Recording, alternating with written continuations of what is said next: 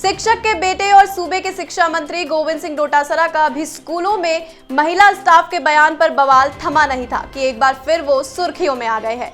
दरअसल सोमवार को उदयपुर एयरपोर्ट पर केंद्र की मोदी सरकार पर हमला बोलते वक्त मंत्री गोविंद सिंह डोटासरा की जुबान फिसल गई। यहां शिक्षा मंत्री केंद्रीय मंत्री राजनाथ सिंह के बयान पर अपनी राय रख रहे थे। इसी दौरान वे ये बोल गए कि रक्षा मंत्री राजनाथ सिंह राष्ट्रपिता महात्मा गांधी का कद छोटा करने में लगे हैं। वे कहते हैं सावरकर ने महात्मा गांधी के कहने पर अंग्रेजों से माफी मांगी थी, लेकिन सावरकर ने साल 2011 और 2013 में माफीनामा लिखा और महात्मा गांधी 2015 में दक्षिण अफ्रीका से आए थे। आपने देखा किस प्रकार से राजनाथ सिंह जी महात्मा गांधी को छोटा करने में लगे हुए हैं। सावरकर को के लिए ये कहना कि महात्मा गांधी जी के कहने से माफी मांगी थी। सावरकर जी ने 2011 में और 2013 में माफीनामा लिखा। महात्मा गांधी जी दक्षिणी अफ्रीका से 2015 में आए थे। उसके बाद में वो राजनीति में उतरे थे स्वतंत्रता क्रांति 1915 में। अब ऐसे में सवाल है कि प्रदेश के शिक्षा मंत्री गोविंद सिंह डोटासरा के अनुसार महात्मा गांधी जी 2015 में दक्षिण अफ्रीका से आए थे। जो इतना अलौकिक ज्ञान रखते हो उनसे राज्य की बदहाल शिक्षा व्यवस्था पर कैसे प्रश्न करें। इसी सवाल पर मेरे साथ जुड़ रहे हैं मेरे सहयोगी विवेक सिंह जादव जी। विवेक बताएं। देखिए, ये एक बड़ा औचक बयान है। हालांकि गोविंद सिंह डोटासरा शिक्षा से जुड़े हुए व्यक्ति माने जाते हैं, शिक्षक के बेटे गोविंद सिंह डोटासरा हर शब्द पर कहते हैं मैं शिक्षक का बेटा हूं और प्रदेश का शिक्षा मंत्री हूं। हर शब्द पर अशोक गहलोत को धन्यवाद देते हैं कि उन्होंने ऐसा शिक्षा मंत्री चुना है जो खुद एक एजुकेटेड फैमिली से है, जो शिक्षक का बेटा है, खुद शिक्षा मंत्री है। और हालांकि कलाम क्लासेज उनके बेटे की है, उनकी पुत्रवधू आरएएस है।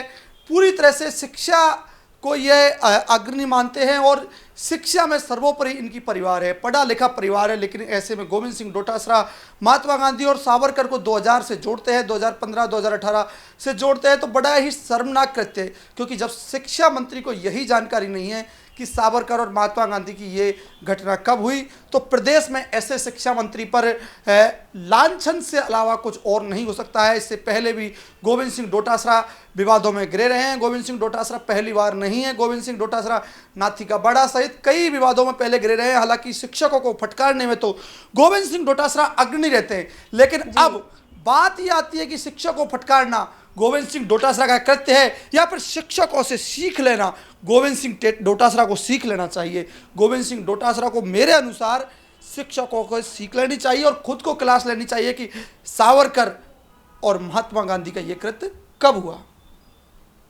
जी वहीं विवेक, अब ये राजस्थान के सूबे के जो है शिक्षा मंत्री भी कहलाते हैं, तो ऐसे में राजस्थान के लिए एक शर्मनाक विषय बन जाता है कि ऐसे शिक्षा मंत्री का होना हमारे युवाओं को क्या संदेश देगा। तो ऐसे में जो युवा है वो भी काफी इस मुद्दे को लेकर चर्चा में बने हुए हैं, तो इस पर आपका क्या कहना है। शिक्षा जीवन का आधार है, शिक्षा जीवन का अमूल्य। शिक्षा के बिना कुछ भी संभव नहीं है, शिक्षा ही सर्वोपरि है। हालांकि शिक्षा मंत्री गोविंद सिंह डोटासरा जो हरकतें करते हैं उससे अशोक गहलोत खुद मुंह मोड़ लेते हैं। पहले भी लॉकडाउन में जब इन्होंने अनलॉक किया था, खुद के ट्विटर पर डाला था कि स्कूलें खुल चुकी हैं, अशोक गहलोत ने उससे बॉयकॉट किया और कहा कि अभी कोई लॉकडाउन नहीं खुला है। हालांकि अशोक गहलोत खुद शिक्षा मंत्री की बातों को गंभीर नहीं लेते हैं। ऐसे में कहीं ना कहीं शिक्षा मंत्री को खुद सीख लेने की आवश्यकता है, क्योंकि शिक्षा सर्वोपरि है। धन्यवाद विवेक हमारे साथ जुड़ने का। इसी तरह से आप देखते रहिए मरुधर बुलेटिन। आपके साथ मैं हूं महिमा जैन।